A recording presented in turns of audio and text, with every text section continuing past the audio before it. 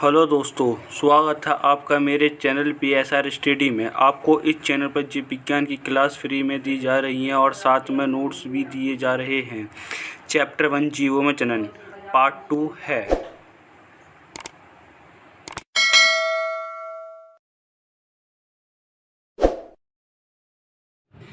पौधों में कायिक जनन। पौधों में जो कायिक जनन होता है इसे अलैंगिक जनन कहते हैं। क्या कहते हैं? पौधों में अलैंगिक जनन को ही हम क्या कहते हैं? कायिक जनन कहते हैं। पौधों में कायिक जनन दो प्रकार के होते हैं।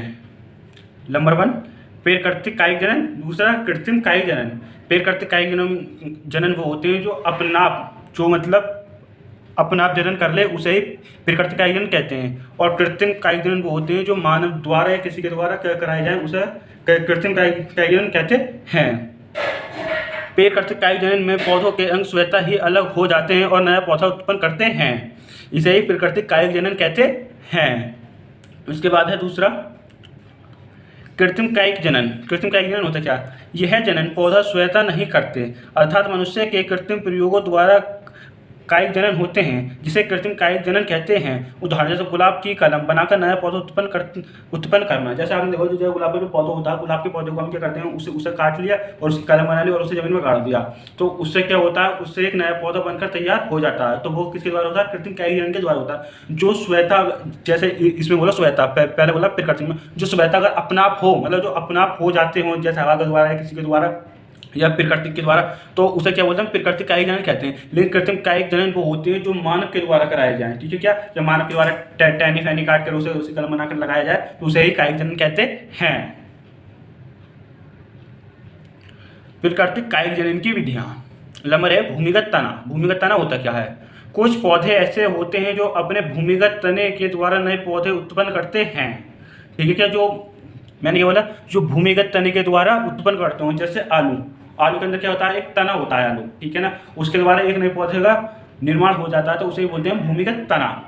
इसके उदाहरण नंबर 1 कंद को कहते हैं आलू, ठीक है ना। आलू के कंद पर आंख मिलती है जिसमें कक्षस्थ कलिकाएं सकल पात्रों से ढकी रहती हैं। यह कक्षस्थ कलिका अनुकूल समय में अंकुरित होकर नए पौधा बना लेती हैं। ठीक है, इसका मैं आपको चित्र के द्वारा समझाता हूँ। ये आपका एक आलू है, ठीक है ना। अब आलू के अंदर क्या होता है? आपने देखोगे डॉट डॉट से पाए जाते हैं। ये क्या होता है? ये डॉट डॉट से पाए जाते हैं। ये तो होती हैं आपकी कक्षस्थ कलिकाएं, जिनसे पौधे जो टहनियाँ होती हैं वो निकलने लगती हैं। जो डॉट डॉट होते हैं उन्हें ही हम आग कहते हैं। तो जो ये डॉट डॉट्स होते हैं जिनसे कलिकाएं निकलने लगती हैं उन्हें हम कक्षस्थ कलिकाएं कहते हैं। तो इनसे एक नए पौधे का निर्माण हो जाता है, इसे ही हम कंद कहते हैं। दूसरा उदाहरण में प्रकंद होता क्या है? यह भूमिगत तना मृदा के भीतर समांतर अथवा क्षैतिज वृद्धि करता है। इस पर पर्व संधियाँ मिलती हैं। पर्व संधियाँ सकल पात्रों से ढकी रहती हैं जिनमें कक्षस्थ कलिकाएं मिलती हैं। इन कक्षस्थ कलिकाओं में नए पौधे निकलते हैं, जैसे अदरक, हल्दी आदि। क्या बोला मैंने? अदरक, हल्दी आदि। अब मैं आपको अदरक के चित्र के द्वारा समझाता हूँ, ठीक है। इसमें मैंने उदाहरण दे दिया अदरक का अदरक में कैसा होता है। ये आपका एक अदरक का चित्र है। तो इसमें क्या होती है? डॉट डॉट बने होते हैं अदरक के अंदर, आपने देखो उसमें लाइनें पड़ी होती हैं, जिन्हें हम नोट्स कहते हैं। ठीक है, क्या कहते हैं? इन्हें नोट्स कहते हैं। इन पर कक्षस्थ कलिकाएं पाई जाती हैं। यहाँ पर सब पर, यहाँ पर भी पाई जाती हैं, यहाँ पर भी, यहाँ पर सब पर ये क्या होती है? कक्षस्थ कलिकाएं पाई जाती हैं। जो कक्षस्थ कलिकाएं पाई जाती हैं, इनसे ही एक नए पौधे का निर्माण हो जाता है, इसे ही हम प्रकंद कहते हैं। घनकंद। तीसरा क्या? घनकंद। यह भूमिगत तना मृदा में उद्भव वृद्धि करता है। इसमें पर्वसंध्या पर कलिकाएं पाई जाती हैं जो सकल पात्रों से ढकी रहती हैं। इन कलिकाओं में नए पौधे का जन्म होता है, जैसे अरबी, केसर आदि। क्या होता है? ये भी ऐसा ही होता है। जैसे मैंने अभी आपको प्रकंद का बताया था, अदरक का एग्जाम्पल दिया था, ऐसे ही इसमें भी होता है। अब जैसे अरबी होती है, ऐसे ही, मतलब मैंने अभी बताया था आपको अदरक, ऐसे ही अरबी में डॉट डॉट पड़े होते हैं। जो मैंने बताया, जैसे अरबी में डॉट डॉट पड़े होते हैं, मतलब अदरक में ऐसे ही अरबी होती है। अगर आपने देखी हो, अरबी के अंदर भी क्या होते हैं? ऐसे डॉट डॉट पड़े होते हैं, ऐसे कच्चे कलिकाएं पड़ी होती हैं काली काली अदरक के अंदर, तो उन्हें भी हम नोट्स बोलते हैं। क्या बोलते हैं? उन्हें भी नोट्स कहते हैं। तो वो भी क्या होती है? सकल पात्रों से ढकी रहती हैं। फिर वो एक जो कच्चे कलिकाएं होती हैं वो सकल पात्रों से ढकी रहती हैं, फिर वो भी एक नए पौधे का निर्माण कर लेती हैं। ये था आपका अरबी का एग्जाम्पल। अदरक का भी एग्जाम्पल एक ही, और अरबी का भी, क्योंकि अदरक और अरबी में एक से होता है। शकलकंद यह तने का वह रूपांतरण है जहाँ तना अत्यंत छोटा हो जाता है तथा इस तने के चारों ओर स्थित शकलकंद भोजन का संचय करके रसीले व गूदेदार हो जाते हैं। शकलपात्रों के कक्ष में कक्षस्थ कलिकाएं होती हैं जो नए पौधे को जन्म देती हैं, जैसे प्याज, लहसुन आदि। आपने प्याज देखा होगा, खैर मेरे पास चित्र नहीं बना, मैं आपको इसी तरह समझ लो। जैसे प्याज होता है तो आप छीलते हैं तो उसके ऊपर क्या होता है, एक बक्कल से बक्कल उतरता चले जाता है। अगर आप उसे बीच में से काट लें तो आपने उसमें देखा होगा, जैसे आप उसे बीच में से काटते हैं, बीच में से काटने के बाद आपने देखा होगा उसमें ऐसी कलिकाएं बनी होती हैं, ठीक है ना। क्या होती हैं, ऐसी ऐसी कलिकाएं बनी होती हैं उस मतलब सबले में, पूरी प्याज में इसी तरह प्याज का स्ट्रक्चर होता है। तो ये क्या होती हैं, जो कि कलिकाएं होती हैं, कच्चित कलिकाएं, यही एक नई प्याज को उत्पन्न कर लेती हैं। इसे ही हम शकलकंद कहते हैं, ठीक है। मैंने कहता है जैसे आपने प्याज को बीच में से उसके दो करी तो आपने देखो जैसे बीच में से दो करने के बाद आपने देखो उसमें धारियाँ सी बनी होती हैं और ये बहुत सारी होती है, मतलब अनगिनत होती है, मतलब कितनी भी हो सकती हैं। इसका कोई ये नहीं कि 10 हुई 15 हों। तो उनसे क्या होता है, जैसे जो सूखी होती है आपने देखो जैसे यहाँ से डंडी, तो ये क्या होती है कि एक नई प्याज का रूपांतरण कर लेती हैं। इसे ही हम शकलकंद कहते हैं।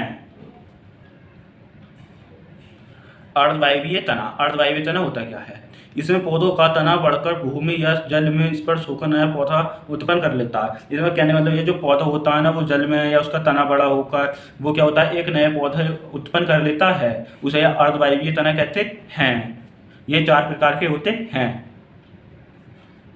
नंबर 1 है ऊपरी भूस्तरीय। क्या होता है, यह तना 20% होता है। यह मृदा के बाहर की ओर क्षैतिज रूप से मिलता है। प्रत्येक परिसंधि से जड़ें फूटती हैं तथा प्रवाह निकलती हैं जो वृद्धि करके एक नया पौधा बना लेती हैं, जैसे धूप घास, खट्टी बूटी आदि, ठीक है। और इसका एग्जाम्पल है, मैं अभी आपको दिखाता हूँ इसका एग्जाम्पल, ये कैसे विकसित होती हैं ऊपरी भूस्तरीय में। ऊपरी भूस्तरीय में क्या होता है, जैसे ये आपका पौधा है तो ये यहाँ से अपना मतलब ज़मीन से मिलकर इसकी जड़ चलेंगी और ये यहाँ पर एक नए पौधे का विकसित कर लेती हैं। इसी तरह मतलब यहाँ से एक पौधा, फिर दूसरा पौधा, फिर तीसरा पौधा, इसे ही हम ऊपरी भूस्तरीय कहते हैं। जो मतलब ज़मीन से मिलकर चले उसे ही हम भूस्तरीय कहते हैं। अब आपके भूस्तरीय क्या होता है, इन्हें प्रत्येक पर्वसंधि से जुड़े एवं वायवीय भाग निकलते हैं। जब भूस्तरीय छोटे छोटे भागों में टूट जाता है तो प्रत्येक वायवीय भाग से नया पौधा बन जाता है, जैसे अरबी, केला, स्ट्रॉबेरी आदि। इसे ही हम भूस्तरीय कहते हैं। जो मैंने अभी आपको भूस्तरीय का एग्जांपल दिया था, इसमें क्या होता है, इसमें जमीन के बराबर चलता है, लेकिन इसमें क्या होता है, इसमें वो ऊपर चलता है, ठीक है ना। क्या वो वायु में चलता है और उससे ही एक नए पौधे का विकास कर लेता है, उसे ही भूस्तरीय कहते हैं। भूस्तरीय क्या होती है, जलोद्भिद होने के कारण इनकी पर्वसंधियां जल निगमन होती हैं। प्रत्येक पर्वसंधि से पत्तियों का एक समूह निकलता है जिसमें नीचे जड़ों का गुच्छा होता है जो मृदा से अलग होकर नया पौधा बनाती हैं, जैसे पिस्टिया आदि। इसे हम भूस्तरीय कहते हैं। जो मतलब जमीन के अंदर जो गुच्छा होता है वो अंदर ही अंदर विकास करके क्या कर लेता है, एक नए पौधे को उत्पन्न कर लेता है, उसे हम भूस्तरीय कहते हैं, भूस्तरीय कहते हैं। उसके बाद है आपका लास्ट अंतःभूस्तरीय। क्या होता है, मुख्य तना मृदा के भीतर क्षैतिज रूप से बढ़ता है। क्षैतिज तने के प्रत्येक पर्वसंधि से नया पौधा बनकर मृदा से बाहर निकल आता है, जैसे पुदीना, मिंट आदि। इसके अंदर क्या होता है, जैसे आपको कोई भी पौधा बनाना पुदीना, तो वो क्या होता है, वो अंदर ही अंदर उसकी जड़ विकास करके एक नया पौधा विकसित कर लेती है, ठीक है। जल के अंदर ही हो सकता है, मतलब वैसे ही जमीन के अंदर भी हो सकता है, जो जमीन के अंदर होती है क्षैतिज मतलब, तो वो एक नए पौधे का विकसित कर लेता है, तो उसे हम अंतःभूस्तरीय कहते हैं।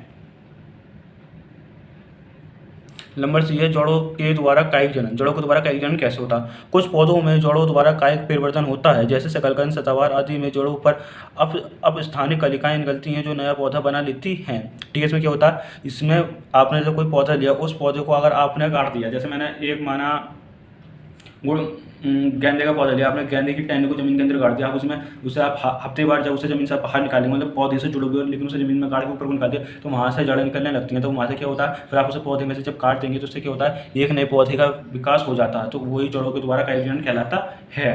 उसके बाद है पत्ती के द्वारा कायिक जनन। पत्ती के द्वारा कायिक जनन कैसे होता है, बायोफिल्म अजूबा एक ऐसा पौधा है जिसकी पत्तियों में कच्छस कलिकाएं पाई जाती हैं और ये कलिका मृदा में मिलकर तथा पौधा उत्पन्न करती हैं। आपने अपने गाँव में, शहरों में, कहाँ जहाँ पर भी आपने बायोफिल्म या अजूबा का पौधा देखो तो ठीक है ना, इसे अजूबा क्यों कहा जाता है, मतलब बायोफिल्म के पौधे को अजूबा क्यों कहा जाता है। इसे अजूबा इसलिए कहा जाता है क्योंकि आपने देखा जो एक पत्ती होती है, एक पत्ती के ऊपर क्या होते हैं, कच्छस कलिकाएं निकलने लगती हैं। जब वो कच्छस कलिकाएं यहाँ पर जो निकलने लगती हैं उनसे क्या होता है, एक नए पौधे का विकास हो जाता है। क्या होता है, एक एक नए पौधा उत्पन्न कर लेते हैं। इसे हमसे पत्तियों के द्वारा कायिक जनन कहते हैं। कृत्रिम कायिक परिवर्तन। कृत्रिम कायिक परिवर्तन होता क्या है? कृत्रिम कायिक परिवर्तन की दो विधियाँ होती हैं। नंबर 1, मैंने आपको पेड़ कृत्रिम कायिक परिवर्तन मैं आपको पढ़ा चुका हूँ। अब आपका कृत्रिम कायिक परिवर्तन क्या होता है? नंबर 1, कलम लगाना। ठीक है, नंबर 1 कलम लगाना। इस विधि में हम पौधों की किसी शाखा जिसमें पत्तियां हों काटकर उसमें कलम बनाकर जमीन में गाड़ देते हैं और नया पौधा उत्पन्न हो जाता है। जैसे आपने गुलाब का पौधा लिया, आपने उसकी कलम बनाई जिसमें पत्तियां हैं, गुलाब के पौधे में आपने उसे जमीन में गाड़ दिया, तो उससे क्या होता है? एक नए पौधे का एक नया पौधा विकसित हो जाता है। तो ये विधि हमारी कलम लगाना कहलाती है। मतलब किसी पौधे को की कलम बनाई हमने, कलम काट के उसे जमीन में गाड़ देते हैं और उससे एक नया पौधा विकसित हो जाता है, उसे हम कलम लगाना कहते हैं। दूसरा है कभी दाब लगाना। दाब लगाना क्या होता है? किसी पौधे में किसी शाखा को काटकर जमीन में दबा देते हैं और यह जमीन के अंदर जड़ उत्पन्न करता है और नया पौधा उत्पन्न कर लेता है। जैसे दाब लगाना मैंने आपको अभी समझाया, ठीक है ना। हमें होता है जैसे पौधा होता है उसे जमीन में गाड़ दिया और उसकी जो जड़ें निकलने लगती हैं और उससे एक नया पौधा विकसित हो जाता है, उसे ही हम दाब लगाना कहते हैं। उससे ही एक नया पौधा विकसित हो जाता है, इसलिए हम इसे दाब लगाना कहते हैं। आपको बायोलॉजी के नोट्स बिल्कुल फ्री में दिए जाएंगे। जब ये चैप्टर पूरा कंप्लीट हो जाएगा तो आपको बता दिया जाएगा आपको ये नोट्स कहाँ से और कैसे मिलेंगे। आपको इनकी PDF प्रोवाइड करा दी जाएंगी। आप बिल्कुल टेंशन लें, आप खाली बस इंजॉय करके पढ़ें इन चीज़ों को, ठीक है ना। और समझें कि ये कौन सी चीज़ कैसे होती है। अगर आपको ज़्यादा अच्छा लगता है तो आप वीडियो में से देख कर ही बना सकते हैं, क्योंकि वीडियो फुल HD है। 1080 पिक्सल में ये वीडियो बनाई जा रही है, ठीक है ना। और उसके बाद आपका नेक्स्ट टॉपिक सूक्ष्म परिवर्तन क्या होता है। सूक्ष्म परिवर्तन होता क्या है? यह मानव के द्वारा पौधों में जनन कराने की विधि है। सूक्ष्म परिवर्तन विधि के द्वारा हम किसी पौधे के ऊतक के द्वारा संपूर्ण पौधा उत्पन्न करते हैं, जैसे गाजर आदि। ठीक है, सूक्ष्म परिवर्तन कराने की विधियाँ। अब जो कि विधियाँ हैं मैं आपको इसे पहले कापी पर समझाता हूँ, फिर ये आपको समझ में आ जाएंगी। जैसे यहाँ पर मैंने आप चित्र पहले ही बना कर रखें। जैसे मान के चलो ये एक गाजर है आपकी, ठीक है क्या। ये एक गाजर और ये इसका ऊतक है, ठीक है क्या। ये एक इसका ऊतक मतलब एक छोटा सा हिस्सा है, इसे हम क्या बोलते हैं? इसे ऊतक। इसे हम कृत्रिम पोषक माध्यम में रख देते हैं, ठीक है क्या। ये आपका कृत्रिम पोषक माध्यम है, हमने इसके अंदर रख दिया।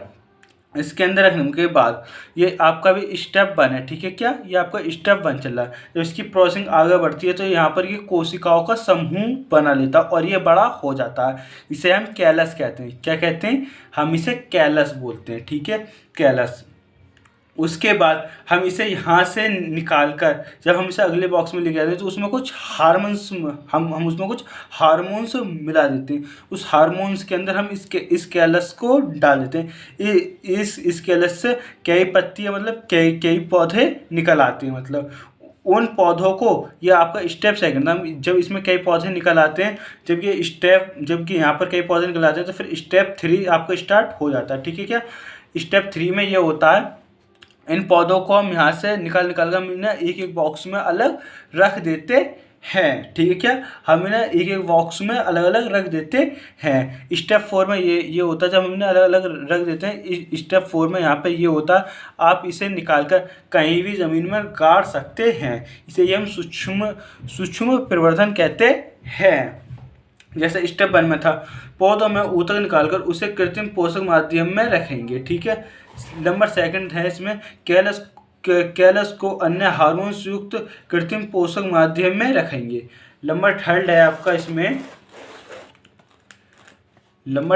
इसमें इन शाखाओं को अलग निकालकर अलग अलग पोषक माध्यम में रखेंगे, ठीक है। नंबर 4 स्टेप है आपका इसमें, अब इन पौधों को निकालकर प्रयुक्त स्थान पर रख देते हैं और नया पौधा तैयार हो जाता है। इसे हम सूक्ष्म परिवर्तन कहते हैं।